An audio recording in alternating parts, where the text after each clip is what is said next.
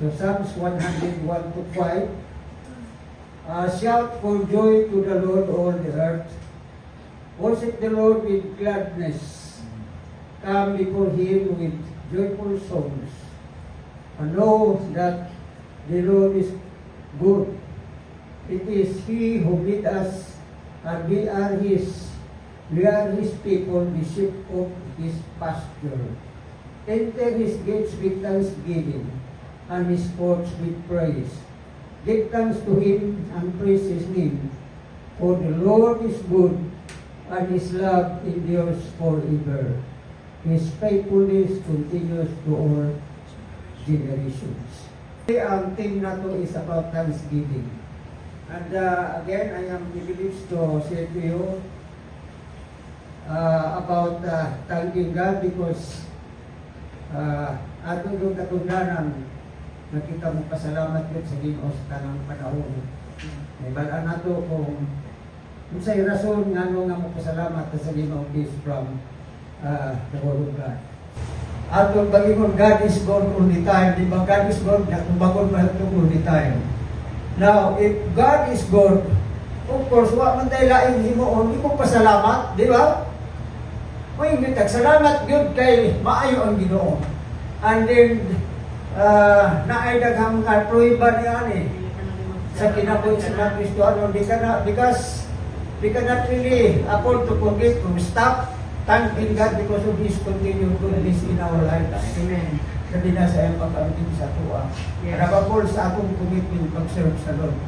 Kaya atong ihatag ang panahon. So let me, I have kaning verses to ponder na importante di siya mo ni akong murag atong guide dito kaning sa verse 4 and 5 which is, enter His gates with thanksgiving and His courts with praise. So it is a divine instruction from David, of course, na siya nakasulti niya because this man, David, is a man of God. A man having a heart of God. So, si David, kibalo naman kita kung kinsa o kung sa siya ng pagkatao. So, enter His gates with thanksgiving and enter His courts with praise. Give thanks to Him and praise His name. Pasalamatan siya o daygon ang iyang ngalan. For the Lord is good, and His love endures forever, and His faithfulness continues to all generations. Amen. So, di ba maayo ang Ginoo? Okay, so maayo ang Ginoo. Now, sa introduction is, in human perspective, it is proper to express thanks for anything one might receive from someone else. Di ba? Kung naay atong madawat, bibisan kinsa at higala ba ka, mahal sa kinakuli, ang mga inahan, brothers and sisters, may ngitag salamat. Di ba? Di ba pwede nga, di ta mo pasalamat, ngita salamat. Pagkadiya sa buntag, ako lang ni Isir. Surprise ko ba? Ano na nimber? Pagkauman sa simba, naman mo siya sa kuwan. Naman mo nga dunay, kasubri ba? Dunay subri, ikot siyang kabot niya, dalang lamano di. Ako lang kung midawat, isulod ako sa bulsa. Una-una na ako, simple, ma-anticipate na to. Lagdip-dip, tapos lagkit. Kami nyo pila, 5,000 pesos. God, di ba? Sa iyo ko, Lord, salamat tayo. Kaya, hindi mo kong ipanalangin. So, kana, mo na siya. So, mo iugit salamat sa mga butang atong nadawat sa mga higalaman. It might be a favor for help of anything like moral and spiritual advices. Di ba? Sa mga church people, there are so many good advices, particularly from the pastors, kung paano kita mag-iaan sa Ginoo. Now, once nga nag-advise siya, kung saan niyang mga gina-advise na to, niya atong gihimo, and then naging successful tayo, diba? Salamat tayo, Pastor.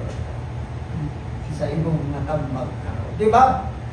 Mao yun na, labi na sa mga spiritual nga mga advices or maybe material and financial help that meet someone's need. Di ba, material and financial help. Di ba, usahay, kato akong iyong kaganyan, ako kayo daw pagsalamat sa salamat kayo. Ako yung tataas ko, yung salamat. Hallelujah! O na siya, this humanitarian gesture of kindness will really arouse the recipient into thankfulness. Musilaog ulit ang atong pagpasalamat sa mga butang na atong nagawat sa atong tinapos. Labaw sa tanan adto sa Diyos. Are we thankful to God? In everything we receive from God. Are we thankful that every day, from morning until evening time, for visiting you, Lord, and praise be your name. Yes. On us yan. Now, ang atong biblical proposition, ato na punta sa biblical proposition about thankfulness. This is directly addressed to God because of His unmerited favor. Alang sa Ginoo ang atong pagpasalamat sa iyang unmerited favor, His graciousness for us, which is always available anytime. Available ang kining pabor sa Ginoo sa atong life. Diba? That's why we are dependent upon God. Kaya available man di ay. Awa pa mga Christian, kanato mga services, mga mature ones, may uwitan na available good ang mga blessing sa Ginoo. Di ba mo na atong yung i-prove? We are testifying to others that available ang kaayo sa Ginoo sa atong tinapi. Wala na na-bless ta. So, money siya. Really, God is gracious to all of us. That is why we have to utter our audible expression of thanks and praises to Him all the time. So, loud up na to audible expression of thanks and praises to Him all the time. Hindi kita kalimot, no?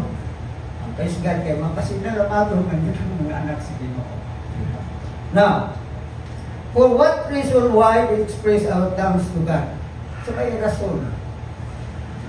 Siguro, mahibaluan nato din based sa passages na ating ibasa. Number 1, because God is good and rich in love. Usana sa rason nga nung mo pasalamat sa Ginoo.